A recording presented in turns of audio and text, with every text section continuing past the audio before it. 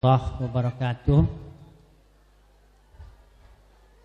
Hamdan wa syukrulillah, wassalatu wassalamu ala rasulillah, wala haula wala quwwata illa billah. Asyhadu an la ilaha illallah wahdahu la syarikalah, wa asyhadu anna Muhammadan abduhu wa rasuluh. Alhamdulillah, yang saya hormati, saya muliakan ayah bunda, anak-anak tahfidz di Lembaga Tahfidz Sahabat Surga, pimpinan dan guru-guru, ustadz-ustadzah Lembaga Tahfidz Sahabat Surga yang saya muliakan, juga anak-anakku sekalian yang mudah-mudahan menjadi anak-anak yang soleh. Saya doakan ayah bunda, kita melihat hari ini murokaz Quran, di mana kita akan melihat sejauh mana capaian progres dari kemampuan anak-anak kita dalam berinteraksi dengan Al-Quran. Ayah bunda, ada satu pertanyaan yang mungkin harus kita jawab. Apa sih sebetulnya yang memotivasi, yang mendorong kita menyekolahkan anak ke lembaga tahfidz?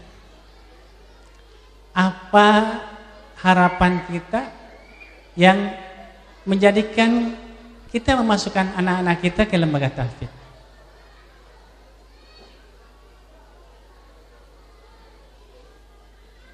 Ayah bunda, silahkan jawab dalam hati masing-masing. Tetapi kalau menurut Allah Subhanahu wa Ta'ala, kita bisa membukanya di dalam surat Shad ayat 29 dalam halaman 455, dimulai di baris yang keempat. Ya, di sana disebutkan kitabun anjalnahu ilaika mubarakun liyaddabaru ayatihi waliyatadzakkara ulul albab. Ada satu hal yang Allah turunkan, dan ini menjadi satu motivasi buat kita bahwa Al-Quran harus kita muzakarah, jadikan senantiasa muzakarah, sesuatu yang diingat, dihafal, sesuatu yang kita implementasikan dalam kehidupan. Ayah bunda, sebetulnya muzakarah Quran itu mudah, ya. Ini harus jadi sebuah keyakinan buat kita. Walaqad yassarnal Qur'ana lidzikri fahal mim mudzakir. Sungguhnya kami mudahkan Al-Quran untuk dimuzakarah. Tetapi apakah adakah orang yang mau mengambil pelajaran? Jadi mudah banget, ya. Karena kata Allah, sesungguhnya kami mudahkan Al-Quran untuk dijadikan pelajaran. Nah ayah bunda, jadi menghafal Quran atau muzakarah Quran ini bukan buat anak-anak kita saja. Terlebih penting dan lebih utama adalah buat kita, ya? Lebih diutamakan buat kita. Karena apa? Karena kita ini udah mukallaf, sudah dewasa, sudah terkena hukum, sudah harus menjalankan hukum-hukum Allah Subhanahu wa Ta'ala. Jadi kita ini lebih butuh, ya, lebih butuh kepada muzakarah Quran. Nah, saya mengingatkan ada dua hal pada zaman kita hari ini yang mensabotase hal yang paling bernilai dalam hidup kita. Ya, ada dua hal. Yang pertama, dua hal itu saya sebutkan, kita semua sudah tahu. Yang pertama yang mensabotase adalah waktu. Dan yang kedua adalah atensi. Ini sering waktu kita tahu, waktu kita paham bahwa waktu itu sangat berharga. Tetapi kita sering lupa ada satu hal lagi yaitu atensi. From the word attention, dari kata attention, atensi, perhatian. Nah, perhatian kita hari ini disabotase, dirampok oleh namanya gadget. Perhatian kita kepada Quran berkurang karena gadget, perhatian kita kepada anak kita berkurang karena gadget. Nah, ini harus kita sadari. Ya. Maka ayo kita kembalikan posisi kita, hal yang sangat bernilai ini pada tempat yang semestinya. HP boleh, tapi jangan terlalu mendominasi ya. Nah, ayah bunda, pada kesempatan ini saya ingin menjelaskan 3 hal saja, mohon waktunya, mohon atensinya. 3 hal saja yang membuat kita bisa mudah berinteraksi dengan Quran. Yang pertama adalah do what you want. Ya, lakukan apa yang kita inginkan. Ya, lakukan apa yang kita inginkan. Kita ingin hafal Quran, udah tinggal hafalin aja. Gak usah banyak konsep, gak usah banyak mikir. Ya, lakukan saja. Do what you want. Apa yang kita inginkan lakukan. Ya. Yang kedua adalah involve Allah in our success. Libatkan Allah dalam setiap sukses kita. Ayah bunda, para ulama menjelaskan bahwa salah satu bentuk kesesatan kita adalah terlalu mengandalkan diri sendiri tanpa melibatkan Allah. Ya, setiap sukses kita, setiap kebaikan kita, maka libatkan Allah. Apalagi untuk menghafal Quran. Ya.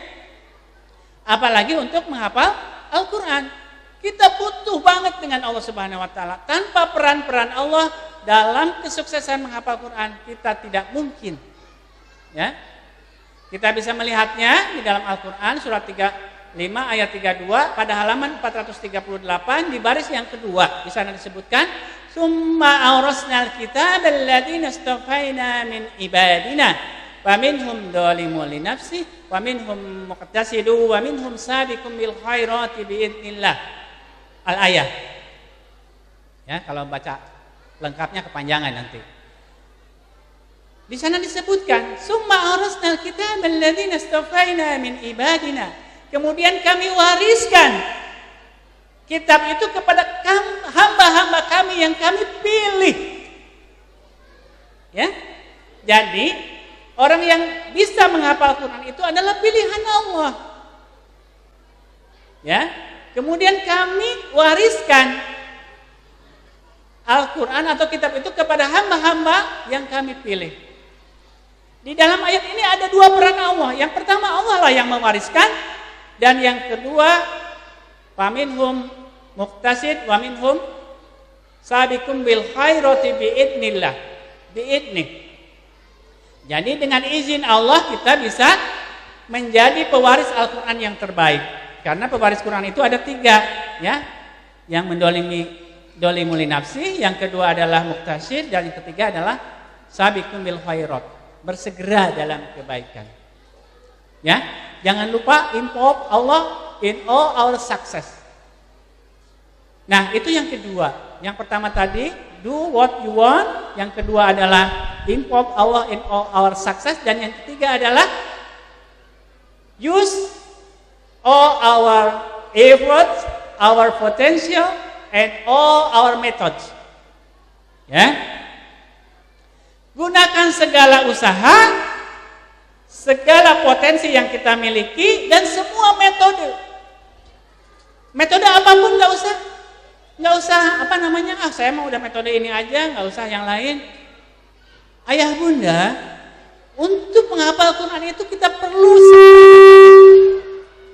metode tertua, metode tikror, diulang-ulang. Ya. Yang kedua mungkin yang sekarang terbaru, at-taysir, Ustaz Adi, bisa kita gunakan. Metode scanning kita gunakan, Ustaz saya Ali Jabir, kita bisa gunakan semua metode. Ya, mana mungkin kita hari ini atau saat ini kita metode scanning, besok metode taisir atau gantian, bosan dengan metode ini, metode yang lain. Jadi kita selalu meningkatkan kapasitas kita dalam menghafal Quran. Ya, in uridu ilal islaha mastata'tu wa ma taufiqi illa billah. Tidaklah aku kehendaki selain perbaikan demi perbaikan, dan semua akan terwujud dengan pertolongan Allah. Al-Quran surat 11 ayat 88 pada halaman 231 di baris yang ke-14 15. Jadi kita naikkan terus hafalan Quran kita, ya, dari mulai akar katanya, dari mulai kemudian naikkan lagi ada di posisi ayat berapa, surat apa, ayat berapa, naikkan lagi levelnya ada di halaman berapa, di baris keberapa. Nah seperti itu. Kemudian setelah itu tentu saja sesuatu yang terpenting adalah implementasinya, pelaksanaannya, penerapannya dalam kehidupan kita. Nah, ayah bunda, itu yang bisa saya sampaikan, 3 hal yang membuat kita jadi mudah. Ya. Kalau apa namanya? Profesor Yohanes Suryo di sana menggunakan metode gasing, ya, belajar matematika, metodenya metode gasing, gampang, asyik, menyenangkan. Nah, kita juga harus punya metode menghafal Quran, ya, mencerahkan, karena Quran itu mencerahkan, mudah, karena memang mudah, dan menyenangkan. Nah, itu saja. Mudah-mudahan kita semua, saya berharap dan berdoa kepada Allah agar kita semua menjadi ahli-ahli Al-Quran. Allahumma ij'alna min ahlil Quran, min ahlil Quran. Barakallahu fiik. Assalamualaikum warahmatullahi wabarakatuh.